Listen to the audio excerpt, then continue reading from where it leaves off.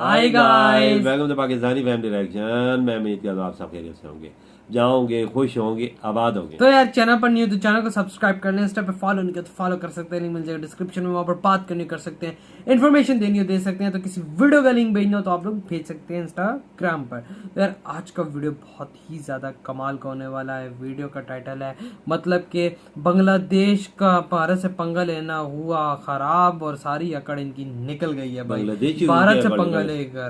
तो ये भारत से वैसे पंगे तो बड़े ले रहे थे ना, इनको भी काफी हो रहा था। इन्होंने कुछ ऐसे हरकतें की हैं। बिल्कुल, तो शुरू से करते आते हैं, लेकिन ये है कि अब वॉच करते हैं कि क्या ये हुआ है।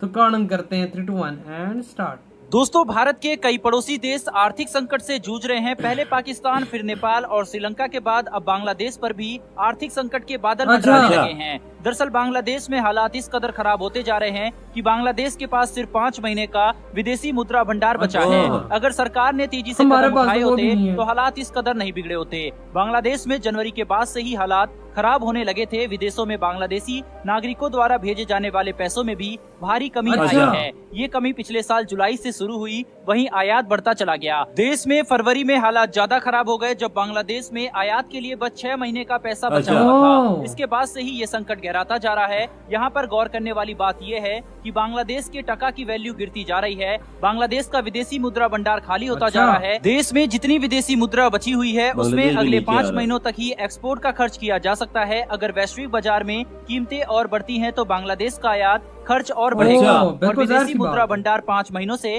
पहले भी खत्म हो सकता है। फिलहाल बांग्लादेश के पास 42 अरब अमेरिकी डॉलर का विदेशी मुद्रा भंडार है। IMF बांग्लादेश पर लगातार दबाव बना रहा है कि वो अपने विदेशी मुद्रा भंडार को सही करे। अगर बांग्लादेश IMF के इस निर्देश का कड़ाई से पालन करता है तो माना जा रहा है कि इसके बाद बांग्लादेश विदेशी मुद्रा भंडार में 7 अरब डॉलर की कमी आ जाएगी। बांग्लादेश की विदेशी मुद्रा भंडार में कमी की खबर ऐसे समय पर आई है जब सरकार ने लग्जरी और गैर जरूरी सामानों के आयात पर रोक लगा दी है। सरकार ने washing machine, sports utility vehicle, air condition और रेफ्रिजरेटर के आयात पर रोक लगा दी है। वहीं बांग्लादेश की प्रधानमंत्री शेख हसीना और उनकी सरकार ने भी सरकारी अधिकारियों की विदेशी यात्राओं पर रोक लगा दी है। बांग्लादेश के अधिकारी कम या जरूरी परियोजनाओं पर टेम्पररी रोक लगाने पर भी विचार कर रहे हैं। बांग्लादेश के वित्त मंत्री AHM मुस्तफा कमाल ने कहा कि जब समय कठिन होता है तो हमें कठिन फैसले लेने होते हैं। यूक्रेन और रशिया के युद्ध का जिक्र करते हुए उन्होंने कहा कि हमें नहीं मालूम कि ये युद्ध कब समाप्त होगा। ऐसे हालात को देखते हुए हमें ये फैसले लेने पड़े हैं। वहीं पर भारत का दूसरा पड़ोसी पाकिस्तान के भी यही हाल है। पाकिस्तान को नया प्रधानमंत्री जरूर मिला है, लेकिन मार्च 2022 में कर्ज और महंगाई के बीच बेरोजगारी की संख्या रिकॉर्ड तोड़ रही है। बता दें कि भारत के कई पड़ोसी देशों पर आर्थिक संकट गहराता जा रहा है, जिसमें उनके ऊपर दिवालिया होने का खतरा मंडरा रहा है और इसमें सबसे आगे पाकिस्तान और श्रीलंका है। वहीं पर इन दोनों देशों के बाद बांग्लादेश भी लाइन में लगा हुआ है। इन तीनों देशों में एक कॉमन बात यह है कि यहाँ पर एक समय चाइना का काफी ज्यादा इन्फ्लुएंस रहा है और आज तीनों देशों के संबंध चाइना से खराब हुए हैं और अपने कर्ज के दलदल में चाइना ने इन्हें फंसा रखा है और यही कारण है कि इनका विदेशी मुद्रा भंडार तेजी से कम होता जा रहा है। हालांकि श्रीलंका तो पहले ही बैंकरप्ट हो चुका है। श्रीलंका में विदेशी मुद्रा भंडार में काफी कमी आने के बाद आर्थिक संकट गहराया है। श्रीलंका 1948 में आजाद होने के बाद सबसे बड़े आर्थिक संकट से जूझ रहा है, जिसके चलते प्रधानमंत्री महिंद्रा राजपक्षे को इस्तीफा देना पड़ा था। नए प्रधानमंत्री बनाए गए रानिल विक्रमसिंघे ने कहा कि श्रीलंका में केवल 1 दिन का ही पेट्रोल अब बचा हुआ है। ये जानकारी उन्होंने टीवी के माध्यम से देश की जनता को दी और ये एक भयानक स्थिति है। लोग सड़कों पर निकलकर सरकार के खिलाफ प्रदर्शन कर रहे हैं। विरोध प्रदर्शन लगातार हिंसक होता जा रहा है। PM ने कहा कि हमारे पास पेट्रोल खत्म हो गया है। फिलहाल हमारे पास केवल 1 दिन के लिए ही पेट्रोल का स्टॉक है। आने वाले महीनों में उनके दिवालिया देश को और अधिक कठिनाइयों का सामना करना पड़ सकता है। वहीं पर उन्होंने कहा कि मैं किसी से भी सच छुपाना नहीं चाहता और न ही झूठ बोलना चाहता। आपको बता दें कि भले ही श्रीलंका में सरकार बदल गई है, लेकिन यहाँ बिजली संकट, पेट्रोल डीजल के साथ ही रोजाना इस्तेमाल की जाने वाली चीजों की भारी किल्लत हो रही है। खराब रणनीति के कारण आज ये हालत श्रीलंका की हुई है। हालांकि भारत ने अपनी तरफ से काफी मदद पहुंचाने की कोशिश भी की है। चाहे श्रीलंका हो, पाकिस्तान हो या फिर बांग्लादेश, इन तीनों ने समय समय पर भारत को चीन की आड़ में धोखा दिया है। पाकिस्तान ने जहां CPEC के माध्यम से भारत पर दबाव बनाने की कोशिश में पाकिस्तान ने चीन का साथ दिया, तो वहीं श्रीलंका ने अपना हम्बन टोटा बंदरगाह चीन को सौंपकर भारत को घेरने में उसकी मदद की। इसके अलावा बांग्लादेश से भी इसी साल खबर आई थी कि चाइना वहां पर मिसाइल फैक्ट्री लगाएगा। इसके अलावा कई सारे हथियार भी चीन से खरीदता है बांग्लादेश। आज इन तीनों के हालात खराब हैं और इन पर चाइना का कर्ज है। बांग्लादेश की प्रधानमंत्री शेख हसीना जल्द ही भारत का दौरा करने वाली है और आर्थिक संकट से अपने देश को निकालने के लिए भारत से मदद मांगने वाली है। ऐसे में मेरा आपसे सवाल है कि क्या भारत को बांग्लादेश की मदद करनी चाहिए? नहीं, कमेंट बॉक्स में अपनी राय लिखकर जरूर बताएं।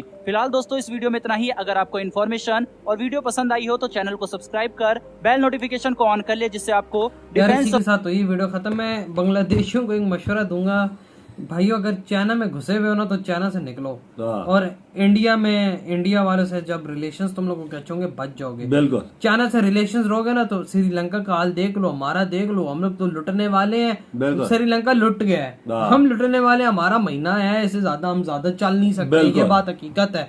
अब जो लोग हैं अमीर, उनके तो मजे हैं, वो निकल जाएंगे इधर उधर, नुकसान तो ये है। लेकिन बांग्लादेश को यही मैं बोलूंगा कि भाई इंडिया से साथ ठीक रहो तो बेहतर। तुम अभी भी हालात बांग्लादेश के कंट्रोल में 42 अरब डॉलर बहुत है। ये भी अमाउंट काफी है यार, हमारे पास तो 10 से भी कम रह गया है। वो भी दूसरे मुल्क निकाले तो 1 अरब डॉलर बचता है, वो भी उधार लिए हुए हैं। हमने उधार पे रखे हुए हैं। ये तो कोई पता नहीं करा मैं चल रहा है कैसे, मैं तो पता नहीं वही ना। और जिस तरह अभी हसीना कह रही है कि भाई मैं विजिट करने वाली हूँ इंडिया का, और भाई मैं मतलब इंडिया से मदद भी मांगूंगी, ये बात है, इन पे एतबार भी नहीं किया जा सकता। चक्री है, चक्कर तो देते, लेकिन ये है कि भाई इंडिया अब जाएगी, लेकिन गवर्नमेंट वहाँ की इंडिया के मतलब अच्छी रहती है अक्सर।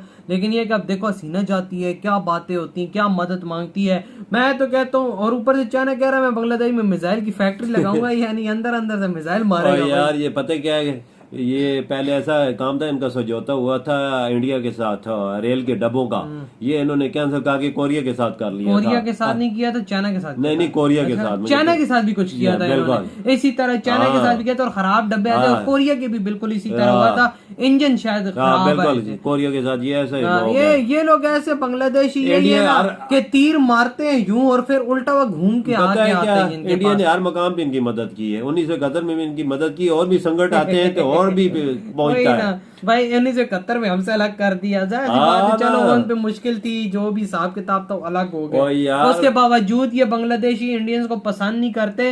इंडिया हर मुश्किल वक्त पे इनकी मदद करता है, लेकिन उसके बावजूद वहाँ के लोग उनको पसंद नहीं करता। भाई तुम लोग आग खाओ, तुम लोगों को अलग किया, तुम लोगों का अलग कंट्री इस इंडिया ने बनाया, और तुम लोगों को जरा सी शर्म आनी चाहिए। चलो मैं पाकिस्तान का भी बोलता हूँ कि हिंदू के अंदर मंदिरों को नुकसान पहुंचाता है, बड़े बांग्लादेश में भी घट नहीं है। बांग्लादेश में भी इतना नुकसान पता, पिछले दिनों आपको याद हो, बस्तियां जला दी थी और कितने मंदिरों को आग लगा दी थी। ये चीजें नहीं होनी चाहिए। लेकिन यार ये वीडियो भी बनाई थी बांग्लादेश में। यार देखो, अब बांग्लादेश इंडिया के नहीं हो सके, फिर और कैसे के होंगे? पाकिस्तान के तो हो ही नहीं सकते। पाकिस्तान के तो थे ही ना पहले।